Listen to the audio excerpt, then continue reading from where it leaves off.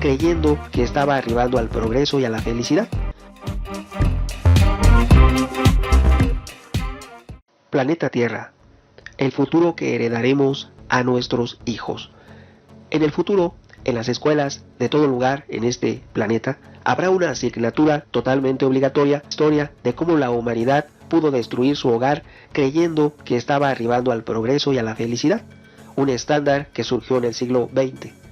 Y en ese momento, en ese futuro cercano, será obligatoria en todos los niveles escolares y pretenderá que las generaciones de entonces se conviertan en defensoras y protectoras de la escasa naturaleza que perviva en ese momento sobre la faz de la Tierra. Muchos solo conocerán en imágenes lo que fue de su inmensidad y belleza, de aquellos parajes otrora desconocidos que abundaban y rebosaban de vida silvestre y natural. Por lo tanto, desarrollarán habilidades especializadas en captar, producir, cuidar y administrar la muy poca agua disponible y dispondrán en función de una nueva ética a favor de la naturaleza, de recursos inmensos para recuperar la genética de las especies desaparecidas que pudieron haber evitado los habitantes del 2020 en el siglo XXI. Todo esto para tratar de restaurar oportunidades de vida y tantos otros que podían haber hecho su labor para salvar lo que había que salvar en ese momento, en los distintos momentos desde el siglo XX y así sucediendo cada uno de los años durante el siglo XXI hasta ese momento tan crítico en que la humanidad despertó y tuvo que hacer algo para rescatar lo que quedaba de su mundo. El estudio cómo se originó, analizarán cómo se originó la crisis civilizatoria que destruyó el hogar ecológico de las sociedades y también se revisará la poderosa y compleja maquinaria económica, que con esa fauce inclemente, con esa voracidad, absorbió para sí y decía toda la naturaleza. Cómo ocurrieron incendios en el Amazonas que fueron consumiendo poco a poco grandes extensiones de esa selva y también en Australia, justificándolo con sequías y etcétera, justificaciones. Todo aquello en pro de propiciar la riqueza financiera para pocos en detrimento de muchos, sin que las mayorías siquiera se percataran de esas consecuencias que en un futuro próximo acaecerían y tendrían que ver a nuestros descendientes.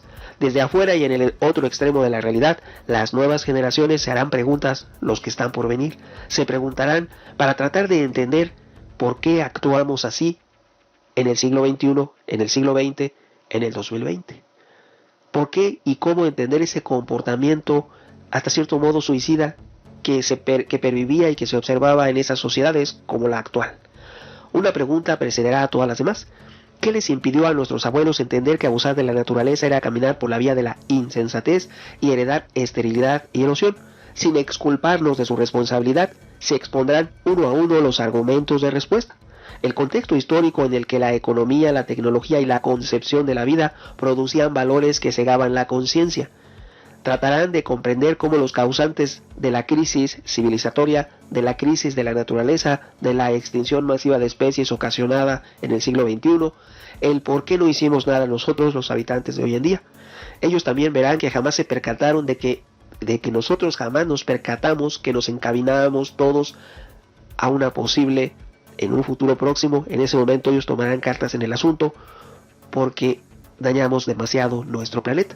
También se preguntarán, se dirán que su conciencia era tan banal que creían, porque casi todos creían, los habitantes del 2020, que estaban en el camino correcto y que hubo un presidente en los Estados Unidos que también creía que el ecocidio era la normalidad, el medio regular para obtener satisfacción y riqueza. Regresando a América del Norte, hablamos de México y Estados Unidos, dejándolas de lado las tecnologías amigables con el ambiente, la ecotecnología, regresando a combustibles fósiles, encabezado por el mandatario de Estados Unidos que en 2020 buscó su reelección, y el mandatario mexicano que hizo un tren en la península de Yucatán que consumía combustible fósil, regresando a esas plantas generadoras de electricidad a base de carbón, dejando de lado las tecnologías ecológicas, que lo inmediato era lo importante para ellos, para otros y en todo el mundo, que la especie humana era merecedora de todo eso para sacrificar para su beneficio toda la vida y toda la naturaleza y la riqueza del planeta,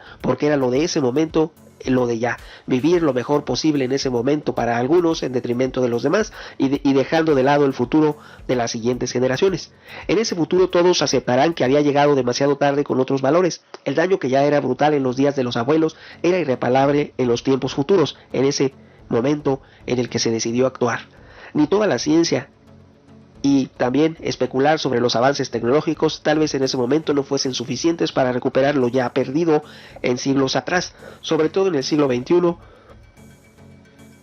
Y además la prudente desconfianza en la tecnología, parte del origen de esa tragedia, no alentaba para sostener que debían convencer para que formara parte central en la nueva forma de pensar, en la nueva idiosincrasia de los diferentes pueblos del planeta.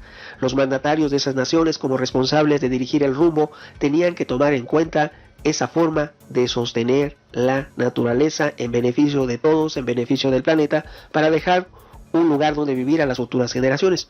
Si tan solo le hubieran concedido a la palabra equilibrio la importancia que siempre ha tenido en relación a la civilización, la naturaleza, mucho se habría evitado, pero veían el mundo desde valores muy distantes, contrapuestos, diferentes, egoístas, ególatras y solo para ese momento, el futuro presente.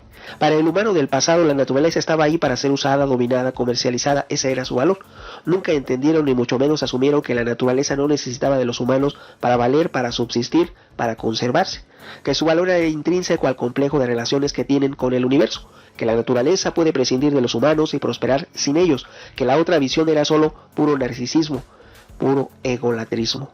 En ese futuro reconocerán que de haber prevalecido esa filosofía, no habrían llegado a aquel momento tan amargo en el que se encontraban y que tenían que tomar urgentes cartas en el asunto para salvar lo que quedaba de la ecología del planeta. Tal vez, probablemente, en las escuelas del futuro, la ecología y la filosofía, que sacan el hombre del centro de las cosmovisiones que tenía cada cultura, tendrán un lugar preponderante. Lo mismo pasará con la economía, que deberá poner en práctica saberes que logren la sustentabilidad, ecología y sostenibilidad de las sociedades. Esto es, amigables con el ambiente. No se diga las tecnologías cuyo límite invasor estará marcado por una ética de la vida natural. Ante todo se tratará de conservar los ecosistemas, la vida vegetal, la vida animal, todo aquello que nos gusta y que agrada mucho. Esas playas, esos océanos ricos en vida natural, se tratará de volver a establecer un avance de nuestra naturaleza, salvar lo que quede de ella para que se recupere el planeta. La nueva relación de esa sociedad con la naturaleza tendrá que tendrá que enfocarse en eso para que sea una relación amigable entre naturaleza y esa nueva sociedad que está por venir.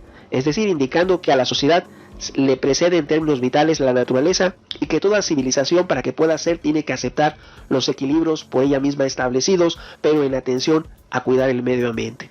Nuestra sociedad está por la naturaleza y no es a la inversa. Sin la naturaleza no podemos existir. Tenemos que ser amigables con la naturaleza para poder respirar aire puro, para poder ingerir alimentos de calidad y agua en buen estado. Tenemos que convivir en armonía con la naturaleza y el medio ambiente. Por lo tanto, no debiéramos esperar el ecocidio permanente que ejerce nuestra civilización, y está pintado con rapidez el cuadro distópico de un futuro probable, una crisis civilizatoria determinada por la destrucción de nuestro hogar natural, que es el planeta Tierra, los bosques, las selvas, los lugares y todo aquello que sustenta la vida en este planeta. Sabemos lo que viene si no hacemos algo, y adelantamos la crítica a los valores y supuestos que fincan el camino a esa crisis: salvar el planeta hoy y no esperar para mañana. Otra manera de relacionarnos con la naturaleza es imprescindible.